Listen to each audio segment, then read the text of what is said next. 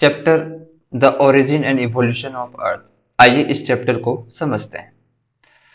अर्थ के ओरिजिन। समय के साथ कई साइंटिस्ट ने थ्योरीज दी है कि जो हमें बताती है कि हमारे सोलर सिस्टम और अर्थ कैसे बने। आइए इन थ्योरीज को देखते हैं। Early theories. Nebular hypothesis. कहानी शुरू होती है इमैनुएल कैंट से, जिन्होंने एक आइडिया दिया कि हमारे सोलर सिस्टम एक नेबुला यानी कि क्लाउड ऑफ गैस और डस्ट से बना था। इस आइडिया को मैथमेटिशियन लैपलेस ने 1796 में और डेवलप किया। क्या होता है नेबुलर हाइपोथेसिस में, देखते हैं। एक यूथफुल सन के आसपास गैस और क्लाउड का एक बड़ा क्लाउड घूम रहा था। धीरे धीरे वो क्लाउड रोटेट करने लगा और अपने सेंटर में डेंस होता गया। इस रोटेशन से रिंग ऑफ मटेरियल बाहर निकलने लगे जो धीरे धीरे प्लैनेट बन गए। अब रिवाइज नेबुलर हाइपोथेसिस को देखते हैं। समय के साथ ओटो स्किमिड जो कि रसिया के थे और कार्ल वेज़कर जो कि जर्मनी के थे, इन्होंने नेबुलर हाइपोथेसिस को रिवाइज किया। इन्होंने क्या नया देखा वो देखते हैं। उन्होंने कहा कि सन के आसपास सोलर नेबुला था जो हाइड्रोजन, हीलियम और डस्ट से बना था। ये नेबुला के पार्टिकल्स फ्रिक्शन और कोलिजन के कारण एक्रेशन प्रोसेस से जुड़ने लगे और प्लैनेट बन गए। प्लैनेटेसिमल हाइपोथेसिस। ये थ्योरी कैम्बरलैन और मोल्टन ने 1900 में दी और बाद में सर जेम्स जीन्स और सर हेरोल्ड जेफरी ने सपोर्ट किया। इस थ्योरी का क्या स्टोरी है, देखते हैं। एक वांडरिंग स्टार यानी कि घूमता हुआ स्टार सन के पास आया। स्टार के ग्रेविटेशनल फोर्स के कारण सन के सरफेस से एक सिगार शेप मटेरियल निकल गया। जब वो स्टार दूर चला गया तो वो मटेरियल सन के आसपास घूमता रहा।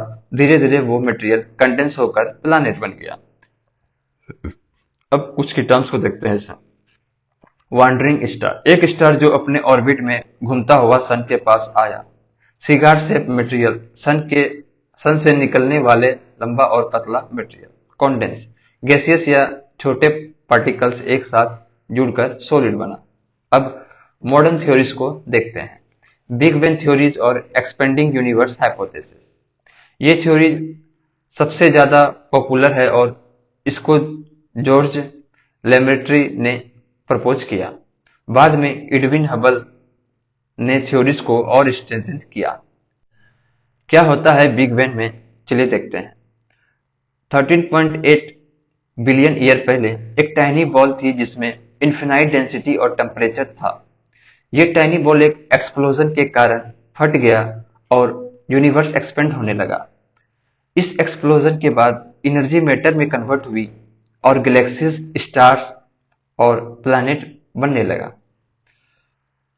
अब स्टेडी स्टेट थ्योरी को देखते हैं। बिग बैंग थ्योरी ने अल्टरनेटिव में फ्रेड होयले ने स्टेडी स्टेट थ्योरी दी। इस थ्योरी का आइडिया क्या था, देखते हैं। होयले के अकॉर्डिंग यूनिवर्स हमेशा सेम रहता है, ना वो एक्सपेंड होता है ना कॉन्ट्रैक्ट। यूनिवर्स में नई स्टार और गैलेक्सीज बनने का प्रोसेस कंटिन्यूस होता रहता है। अब देखते हैं star formation and planet formation को। Star formation. कहानी शुरू होती है अर्ली यूनिवर्स से। जब बिग बैंग के बाद यूनिवर्स एक्सपेंड हो रहा था तो मैटर और एनर्जी का डिस्ट्रीब्यूशन अनइवन था। स्टेप बाय स्टेप प्रोसेस को समझते हैं। Initial density differences. Early universe में कुछ जगह मैटर ज्यादा था और कुछ जगह कम। ग्रेविटेशनल फोर्सेस की वजह से ज्यादा डेंस एरिया में मैटर एक साथ आने लगा। जब मैटर कलेक्ट होने लगा तो लार्ज क्लाउड बने जो गैलेक्सीज के बेस बन गया।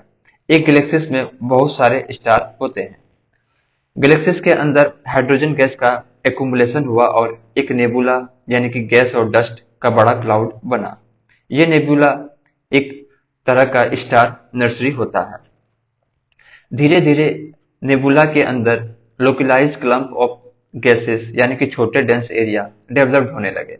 ये क्लम्प्स और ज्यादा डेंस होने लगा और ग्रेविटेशनल फोर्स के कारण और गैस अट्रैक्ट करने लगे। जब कलम्स के अंदर गैस बहुत ज्यादा डेंस हो गई तो कोर बन गया। गैस के कंप्रेशन से न्यूक्लियर फ्यूजन शुरू हुई और एक स्टार का जन्म हुआ। अब फॉर्मेशन ऑफ प्लैनेट को देखते हैं। स्टार के आसपास गैस और डस्ट का रोटेटिंग डिस्क बन जाता है। ये डिस्क स्टार के ग्रेविटेशनल पुल के कारण घूमते रहता है। डिस्क के अंदर मैटर कंडेंस होने लगते हैं और छोटे छोटे राउंडेड ऑब्जेक्ट्स बनते हैं। इन्हें प्लैनेटेसिमल कहते हैं। छोटे प्लैनेटेसिमल एक दूसरे से टकराते हैं और कोहेजन यानी कि साथ चिपकना के कारण बड़े ऑब्जेक्ट बनने लगते हैं। यह प्रोसेस ग्रेविटेशनल अट्रैक्शन की वजह से होता है। टकराने के बाद छोटे प्लैनेटेबल जुड़कर बिगर बॉडीज बनाते हैं। धीरे धीरे ये बड़े बॉडीज प्लैनेट में कन्वर्ट हो जाते हैं। फ्यूअर लार्ज प्लैनेट एक्रेट होकर एक सोलर सिस्टम का एक पार्ट बन जाता है। अब बात करते हैं सोलर सिस्टम की। सोलर सिस्टम क्या है? सोलर सिस्टम एक सेलेस्टियल सिस्टम है जिसमें एक सेंट्रल स्टार यानी कि सूरज और उसके आसपास घूमते ऑब्जेक्ट हैं। ये सब ग्रेविटी के कारण एक दूसरे से जुड़े हुए हैं। Solar system Milky Way galaxy के आउटर स्पाइरल आर्म यानी कि ओरियन आर्म में है। इसके डिश शेप स्ट्रक्चर जो गैलेक्सी के सेंटर के आसपास घूमते रहते हैं। Planets in our solar system को देखते हैं। सोलर सिस्टम में 8 प्लैनेट हैं जो 2 ग्रुप में डिवाइड होते हैं। फर्स्ट, इनर और टेरेस्ट्रियल प्लैनेट। क्या खास है इसमें? ये प्लैनेट सूरज के पास बने हैं, हायर डेंसिटी के साथ छोटे साइज के हैं। सूरज के पास होने की वजह से गैसेस कंडेंस नहीं हो पाई और इंटेंस सोलर विंड ने गैसेस और डस्ट को उड़ा दिया। इसी वजह से इनका सरफेस सॉलिड और रॉकी है, जैसे मरकरी, वेनस, अर्थ, मार्स। अब कुछ की टर्म्स को देख लेते हैं। मरकरी सबसे छोटे और सूरज के सबसे करीब होता है। वेनस अर्थ का ट्विन माना जाता है क्योंकि इसका साइज और शेप अर्थ के जैसा है। ये सबसे गर्म प्लैनेट है। 90 to 95% एटमॉस्फेयर CO2 का बना है और सल्फ्यूरिक एसिड के क्लाउड हैं। अर्थ को जीवन का घर भी कहा जाता है। मार्स रेड प्लैनेट जिसका सरफेस आयरन ऑक्साइड के कारण लाल दिखता है। अब आउटर और जोवियन प्लैनेट को देखते हैं। क्या खास है इसमें? ये प्लैनेट सूरज से दूर बने हैं, लोअर डेंसिटी के साथ साइज में बहुत बड़े हैं। कम सोलर विंड के कारण इन्होंने गैसेस को रिटेन कर लिया है और ये गैसेस और डस्टी सरफेस वाले प्लैनेट हैं, जैसे जुपिटर, सैटर्न, यूरेनस, नेपच्यून। अब कुछ की पॉइंट्स को देखते हैं। जुपिटर सबसे बड़ा प्लैनेट, इसका एटमॉस्फेयर हाइड्रोजन, हीलियम, मीथेन और एमोनिया से बना है। सैटर्न अपने रिंग्स के लिए फेमस है। ये यूरेनस एंड नेपच्यून, इनका टिल्ट इतना ज्यादा है कि ये अपोजिट डायरेक्शन में रोटेट करते हैं। अब मून को देखते हैं। मून अर्थ का इकलौता नेचुरल सैटेलाइट है। इसका साइज अर्थ का 1/4 है। मून अर्थ के आसपास 27 दिन में घूमता है और इतना ही समय अपने एक्सिस पर रोटेट करने में लेता है। इस वजह से हमें सिर्फ मून का एक ही साइड दिखाई देता है।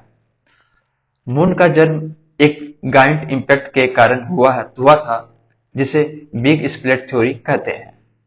सुपर मून जब मून अर्थ के सबसे करीब होता है, यानी कि पेरिगी, तो ये हमें 14% बड़ा और 30% ज्यादा ब्राइट दिखाई देता है। इसे सुपर मून कहा जाता है। अब बात करते हैं कुछ की टर्म्स की। टाइडल लॉकिंग, एक ही साइड का दिखाई देना ड्यू टू सिंक्रोनाइज रोटेशन और रिवोल्यूशन। पेरिगी मून का अर्थ का सबसे नजदीक पॉइंट। बिग स्प्लिट एक थ्योरी जिसमें एक बड़ा इम्पैक्ट हुआ और उससे मून का फॉर्मेशन हुआ। अब बात करते हैं अर्थ। आज हम अर्थ को समझेंगे, एक प्लैनेट जो हमारे लिए जीवन का घर है। अर्थ को देखते हैं। अर्थ के साइज। अर्थ सोलर सिस्टम का 5th लार्जेस्ट प्लैनेट है। इसे ब्लू प्लैनेट कहते हैं क्योंकि इसका 2/3 सरफेस वाटर से कवर्ड है। शेप की बात करें तो अर्थ का शेप ग्योड या ओवलेट स्फेरॉइड है। ये पोल्स पे थोड़ी फ्लैट है और इक्वेटर पे थोड़ी बल्ज है। अर्थ गोल्डीलॉक जोन में लोकेटेड है। इसका मतलब ये है कि टेम्परेचर इतना सूटेबल है कि पानी लिक्विड फॉर्म में एग्जिस्ट कर सकती है। पानी का लिक्विड स्टेट में होना जीवन के लिए सबसे जरूरी कंडीशन है। अर्थ अपने एक्सिस पे घूमता है और ये रोटेशन इक्वेटर पे सबसे ज्यादा फास्ट होता है। पोल्स की तरफ जाने पर ये स्पीड धीरे हो जाती है। अर्थ का एक्सिस एक इमेजिनरी लाइन है जो 66 1/2 डिग्री का एंगल बनाता है ऑर्बिट प्लेन के साथ। अब बात करते हैं origin of life on earth. कहानी शुरू होती है 4.6 बिलियन साल पहले, जब अर्थ का जन्म हुआ। पर उस समय का एनवायरनमेंट जीवन के लिए बिल्कुल सूटेबल नहीं था। चलिए स्टेप बाय स्टेप समझते हैं। शुरुआत में अर्थ के पास कोई एटमॉस्फेयर नहीं था। धीरे धीरे वोल्केनोज के इरप्शन से गैसेस रिलीज हुई। इस प्रोसेस को डीगैसिंग कहते हैं। एटमॉस्फेयर में मीथेन, हाइड्रोजन सल्फाइड और कार्बन डाइऑक्साइड थे। आज के कंपैरिजन में उस समय CO2 का अमाउंट 10 to 200 टाइम्स ज्यादा था। अर्थ पे फर्स्ट लाइफ माइक्रोस्कोपिक फॉर्म में शुरू हुआ। ब्लू अलगी के प्राचीन फॉर्म, जो आज के अलगी से सिमिलर हैं, 3000 मिलियन साल पुराने रॉक में मिले हैं। समझा जाता है कि लाइफ का इवोल्यूशन 3800 मिलियन साल पहले शुरू हुआ। लाइफ के विकास का रिकॉर्ड हमें रॉक्स के अंदर फॉसिल के फॉर्म में मिलता है। फॉसिल से हमें ये पता चलता है कि जीवन अलग अलग जियोलॉजिकल पीरियड में कैसा था। अब कुछ की टर्म्स को देखते हैं। गोल्डीलॉक जोन एक ऐसी जोन जिसमें टेम्परेचर और कंडीशन पानी परफेक्ट होते हैं कि पानी लिक्विड फॉर्म में रहते हैं और जीवन डेवलप हो सके। डीगैसिंग ये एक प्रोसेस है जिसमें अर्थ के अंदर से गैसेस बाहर निकलते हैं, जैसे वोल्केनो इरप्शन के थ्रू। फॉसिल रॉक के अंदर प्रिजर्व जीवन का पुराना सबूत। फॉसिल से हमें पुराने जीवन के स्ट्रक्चर और इवोल्यूशन के बारे में पता चलता है। ब्लू अलगी सबसे पहला जीवन के प्राचीन फॉर्म जो फोटोसिंथेसिस करते थे और ऑक्सीजन रिलीज करते थे। अब बात करते हैं लेटिट्यूड एंड लॉन्गिट्यूड। ये दोनों लाइन हमें अर्थ के सरफेस पर लोकेशन और टाइम का पता लगाने में मदद करते हैं। चलिए इस कॉन्सेप्ट को समझते हैं। लेटिट्यूड क्या होता है? लेटिट्यूड अर्थ के सेंटर से एक पॉइंट तक एंगुलर डिस्टेंस है जो डिग्री में मेजर होता है। ये लाइन इक्वेटर के पैरेलल होती है, इसलिए इन्हें पैरेलल ऑफ लेटिट्यूड कहते हैं। लेटिट्यूड के डायमीटर इक्वेटर पे सबसे ज्यादा होता है और पोल्स पे श्रिंक होकर एक पॉइंट बन जाता है। इंपॉर्टेंट पैरेलल्स ऑफ लेटिट्यूड को देखते हैं। इक्वेटर 0 डिग्री लेटिट्यूड, सबसे बड़ी सर्कल जो अर्थ को नॉर्थ और साउथ में इक्वली डिवाइड करते हैं। कंट्री से होकर गुजरते हैं, जैसे साउथ अफ्रीका में इक्वेडर, कोलंबिया, ब्राजील। अफ्रीका से Gabon, Congo, Uganda, Kenya, Somalia. Asia से मालदीव्स, इंडोनेशिया, किरिबती। अब Tropic of Cancer 23.5 degree north, ये नॉर्दर्न हेमिस्फीयर में है। कंट्री से गुजरता है, जैसे नॉर्थ अमेरिका में बहामास, मैक्सिको। अफ्रीकन से Egypt, Libya, Niger, Algeria, Mali. Asia में India, China, Bangladesh, Saudi Arabia, UAE। अब Tropic of Capricorn 23.5 degree south, ये सॉदर्न हेमिस्फीयर में है। कंट्री से गुजरता है, जैसे साउथ अफ्रीका में अर्जेंटीना, ब्राजील, चिली। अफ्रीका में नम्बिया, बोट्सवाना, साउथ अफ्रीका। ऑस्ट्रेलिया पूरा कंटिनेंट होता है इसमें। अब आर्कटिक सर्कल 66.5 डिग्री नॉर्थ, ये इक्वेटर के नॉर्थ में होता है। एंटार्क्टिक सर्कल 66.5 डिग्री साउथ, ये इक्वेटर के साउथ में होता है। इक्वेटर पे डिस्टेंस सबसे ज्यादा होता है और पोल्स पे सभी लेटीट्यूड्स एक पॉइंट पे मिलते हैं। अब लॉन्गिट्यूड, मेरिडियंस भी कहते हैं।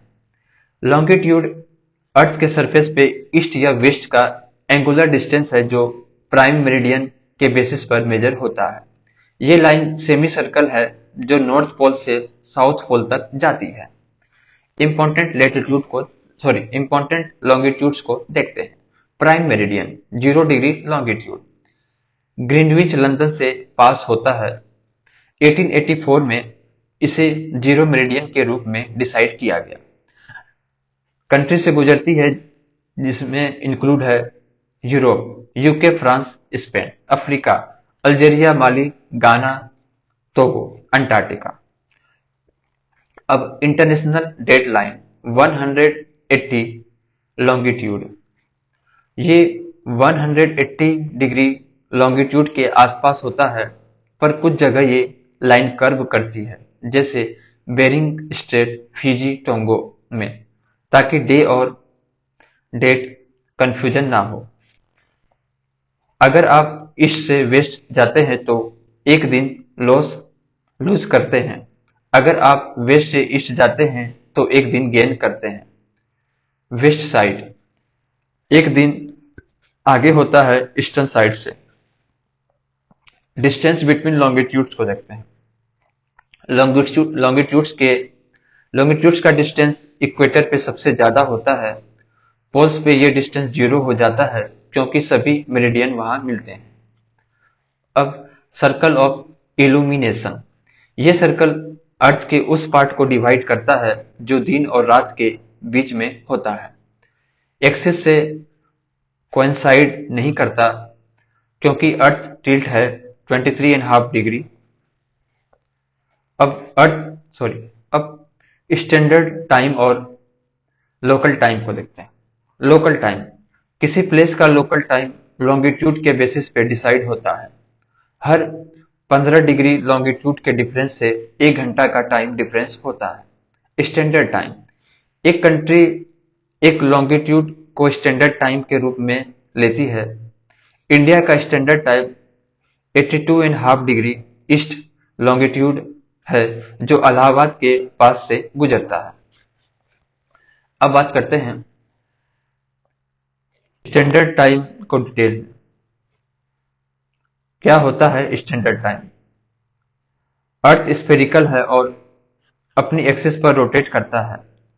इस वजह से अलग अलग लॉन्गिट्यूड्स पर लोकल टाइम अलग होता है। लोकल टाइम, किसी भी प्लेस का टाइम उसके लॉन्गिट्यूड के बेसिस पर होता है। 1 डिग्री लॉन्गिट्यूड के डिफरेंस से 4 मिनट का टाइम डिफरेंस होता है। जैसे अगर द्वारका यानी कि गुजरात में और डिब्रूगढ़ आसाम के लोकल टाइम को देखें तो दोनों के बीच 1 आवर 45 मिनट का डिफरेंस होगा क्योंकि ये अलग लॉन्गिट्यूड पर हैं। अब Indian standard time 82.5 degree east को स्टैंडर्ड मेरिडियन माना गया है इंडिया के लिए। ये लॉन्गिट्यूड इलाहाबाद प्रयागराज के पास से गुजरता है। इस लॉन्गिट्यूड पर जो लोकल टाइम होता है उसे इंडियन स्टैंडर्ड टाइम कहते हैं। इंडियन स्टैंडर्ड टाइम का जीएमटी से डिफरेंसेस को देखते हैं। इंडिया ग्रीनविच के ईस्ट में 82.5 डिग्री लॉन्गिट्यूड पर है। 1 degree longitude equal to 4 minute, तो 82.5 डिग्री लॉन्गिट्यूड का टाइम ग्रीनविच मीन टाइम से 5 आवर 30 मिनट आगे होता है। मतलब अगर ग्रीनविच पर टाइम 12 नून हो तो इंडिया में टाइम 5:30 PM होगा। क्यों जरूरी है स्टैंडर्ड टाइम को देखते हैं। एक बड़े देश के अलग अलग पार्ट में टाइम डिफरेंस होता है जो कंफ्यूजन क्रिएट करता है। इसलिए एक कॉमन टाइम को स्टैंडर्ड टाइम के रूप में अपनाया जाता है। अब हीट जोन ऑफ अर्थ को देखते हैं। अर्थ के अलग अलग रीजन में सन की गर्मी अलग अलग पड़ती है। इसके बेसिस पर अर्थ को 3 हीट जोन में डिवाइड किया गया है। फर्स्ट, टोरिड जोन, सबसे गर्म इलाका है ये, लोकेशन की बात करें तो ये एरिया ट्रॉपिक ऑफ कैंसर से लेकर ट्रॉपिक ऑफ कैप्रिकॉर्न के बीच होता है। क्या होता है यहाँ? मिड डे सन साल में कम से कम एक बार एग्जैक्टली ओवरहेड आता है। इस वजह से ये एरिया सबसे ज्यादा हीट रिसीव करता है। कंट्रीज इसमें आते हैं India, Brazil, Indonesia, Nigeria etcetera. अब टेम्परेट जोन, मॉडरेट इलाका, इसकी लोकेशन को देखें तो northern hemisphere, Tropic of Cancer से आर्टिक सर्कल तक, साउदर्न हेमिस्फेयर में ट्रॉपिक ऑफ कैप्रिकॉर्न से एंटार्क्टिक सर्कल। यहाँ सन की किरणें कभी भी बिल्कुल ओवरहेड नहीं आती। इस वजह से यहाँ मॉडरेट टेम्परेचर रहते हैं, ना ज्यादा गर्म ना ज्यादा ठंडा। कंट्रीज के एग्जांपल हैं जैसे यूएसए, चाइना, यूरोप, ऑस्ट्रेलिया के कुछ पार्ट। अब फ्रिजिड जोन, सबसे ठंडा इलाका होता है। लोकेशन की बात करें तो नॉर्दर्न हेमिस्फेयर में आर्कटिक सर्कल से नॉर्थ पोल तक, साउदर्न हेमिस्फेयर में एंटार्क्टिक सर्कल से साउथ पोल तक। यहाँ सन की किरणें बिल्कुल स्लांटिंग यानी कि टिल्टेड होती है। इस वजह से यहाँ बहुत कम हीट मिलता है और टेम्परेचर बहुत ठंडा रहता है। कंट्रीज के एग्जांपल हैं जैसे ग्रीनलैंड, कनाडा के नॉर्दर्न पार्ट और अंटार्कटिका। अब बात करते हैं अर्थ के मोशन को समझते हैं। अर्थ अपने एक्सिस पर रोटेट करती है और सन के अराउंड रिवॉल्यूशन करती है। ये दोनों मोशन अर्थ के क्लाइमेट और सीजन को इफेक्ट करते हैं। चलिए इसको समझते हैं। रोटेशन, अर्थ का अपने एक्सिस पर घूमना। क्या होता है रोटेशन? अर्थ अपने एक्सिस पर घूमती है। एक्सिस एक इमेजिनरी लाइन है जो नॉर्थ पोल से साउथ पोल तक होती है। अर्थ की रोटेशन वेस्ट से ईस्ट की तरफ होती है, मतलब अर्थ पीछे से आगे की तरफ घूमती है। स्पीड ऑफ रोटेशन, इक्वेटर पर रोटेशन की स्पीड सबसे ज्यादा होती है और पोल्स पर यह स्पीड कम होती है। इक्वेटर पर रोटेशन का स्पीड 1670 किलोमीटर पर आवर होता है, लेकिन पोल्स पर स्पीड 0 होती है। Effect of rotation, day and night cycle, earth की रोटेशन की वजह से दिन और रात का साइकिल बनता है। जब एक तरफ सूरज की रोशनी पड़ती है तो वहां दिन होता है और दूसरी तरफ रात होती है। कोरियोलिस फोर्स, रोटेशन की वजह से मूविंग ऑब्जेक्ट जैसे एयर और ओशियन को डिफ्लेक्ट किया जाता है। नॉर्दर्न हेमिस्फेयर में ये डिफ्लेक्शन राइट की तरफ होता है और साउदर्न हेमिस्फेयर में लेफ्ट की तरफ। अब बात करते हैं रिवॉल्यूशन, अर्थ का सूरज के चक्कर लगाना। अर्थ सूरज के अराउंड इलिप्टिकल पाथ में घूमती है। ये मोमेंट रिवॉल्यूशन कहलाते हैं। अर्थ का पाथ इलिप्स यानी कि ओवल शेप में होता है। अब सोल्स्टिस को देखते हैं। सोल्स्टिस तब होता है जब सूरज डायरेक्टली एक ट्रॉपिक यानी कि ट्रॉपिक ऑफ कैंसर या ट्रॉपिक ऑफ कैप्रिकॉर्न पर शाइन करता है। समर सोल्स्टिस और विंटर सोल्स्टिस दो मेन टाइप हैं। समर सोल्स्टिस नॉर्दर्न हेमिस्फेयर में जून 21 को होता है, साउदर्न हेमिस्फेयर में दिसंबर 22 को होता है। इस दिन दिन काफी लंबा होता है और रात छोटी होती है। ये दिन लॉन्गेस्ट डे के रूप में जाना जाता है। विंटर सोल्स्टिस नॉर्दर्न हेमिस्फेयर में दिसंबर 22 को होता है, साउदर्न हेमिस्फेयर में ये 21 जून को होता है। इस दिन दिन काफी छोटा होता है और रात लंबी होती है। ये दिन शॉर्टेस्ट डे के रूप में जाना जाता है। अब इक्विनॉक्स, इक्विनॉक्स तब होता है जब सूरज की रोशनी डायरेक्टली इक्वेटर पर पड़ती है। इस दिन दिन और रात की लेंथ बराबर होती है। डेट्स ऑफ इक्विनॉक्स को देखते हैं। 21 मार्च को स्प्रिंग इक्विनॉक्स होता है, जब नॉर्दर्न हेमिस्फेयर में स्प्रिंग और साउदर्न हेमिस्फेयर में ऑटम होता है। 23 सितंबर को ऑटम इक्विनॉक्स होता है, जब नॉर्दर्न हेमिस्फेयर में ऑटम और साउदर्न हेमिस्फेयर में स्प्रिंग होता है। अब बात करते हैं इक्लिप्स। इक्लिप्स के बारे में समझेंगे। इक्लिप्स एक ऐसा एस्ट्रोनॉमिकल फेनोमेनन है जब एक सेलेस्टियल बॉडी दूसरे से शेडो में आती है।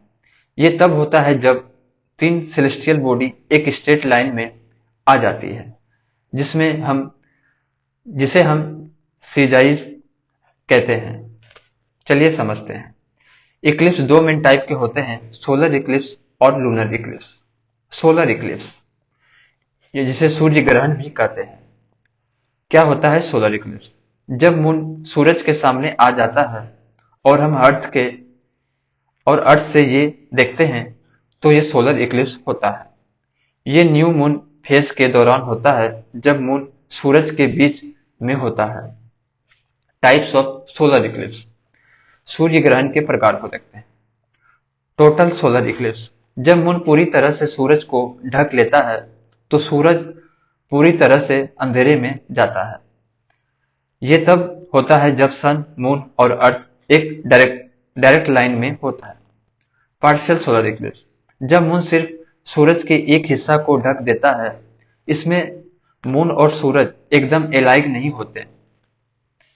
एनुअल सोलर इक्लिप्स, जब मून सूरज के बीच में आता है लेकिन मून का साइज सूरज के साइज से छोटा होता है, इसलिए सूरज के एज के आसपास एक रिंग दिखाई देती है। ये तब होता है जब मून अर्थ के दूर होते हैं। अब स्टेजेज ऑफ सोलर इक्लिप्स को देखते हैं। फर्स्ट कॉन्टैक्ट, जब मून सूरज के ऊपर आ जाता है। सेकेंड कॉन्टैक्ट, जब मून सूरज के बीच में पूरी तरह से आ जाता है। थर्ड कॉन्टैक्ट, जब मून सूरज से निकल जाता है। अब लूनर इक्लिप्स, चंद्र ग्रहण। लूनर इक्लिप्स तब होता है जब मून अर्थ के शैडो में आ जाता है। ये तब होता है जब अर्थ मून के बीच में होती है और सूरज के डायरेक्ट रोशनी में मून पर नहीं पड़ती। सूरज से डायरेक्ट रोशनी मून पर नहीं पड़ती। ये सिर्फ फुल मून फेज में होता है, जब मून अर्थ के अपोजिट साइड पर होता है। टाइप्स ऑफ लूनर इक्लिप्स को देखते हैं। टोटल लूनर इक्लिप्स, जब मून पूरी तरह से अर्थ के शैडो में आ जाता है। इसमें मून का रंग लाल होता है, जिससे हम ब्लड मून भी कहते हैं।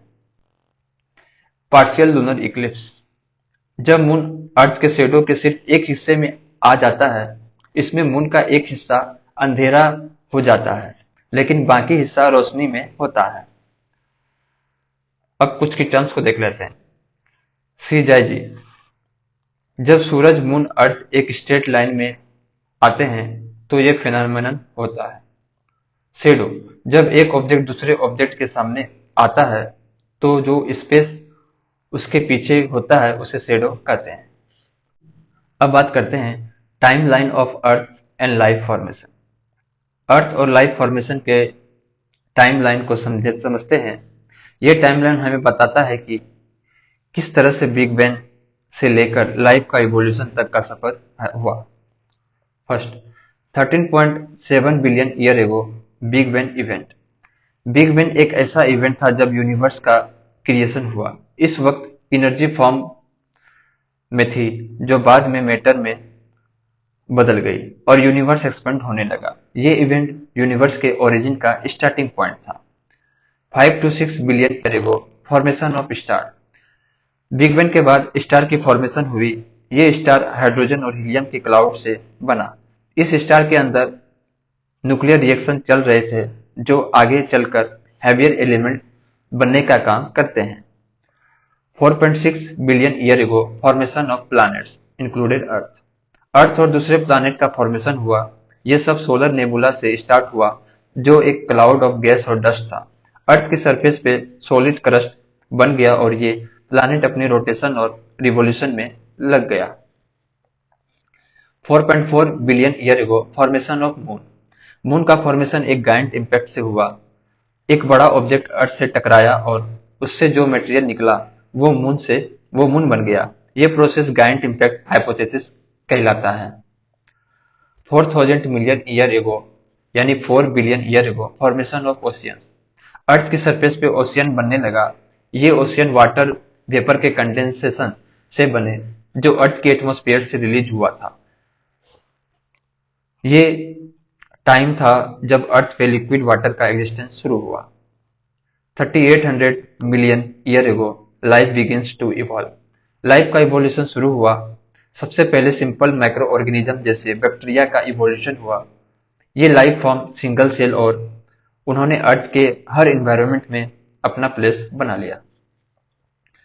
2500 to 3000 मिलियन ईयर एगो process of photosynthesis got evolve. Photosynthesis का प्रोसेस इवॉल्व हुआ। ये प्रोसेस साइनोबैक्टीरिया यानी कि ब्लू ग्रीन अलगी ने डेवलप किया। फोटोसिंथेसिस से ऑक्सीजन रिलीज होता है जो बाद में अर्थ के एटमॉस्फेयर में ऐड हुआ और लाइफ के इवोल्यूशन को सपोर्ट किया।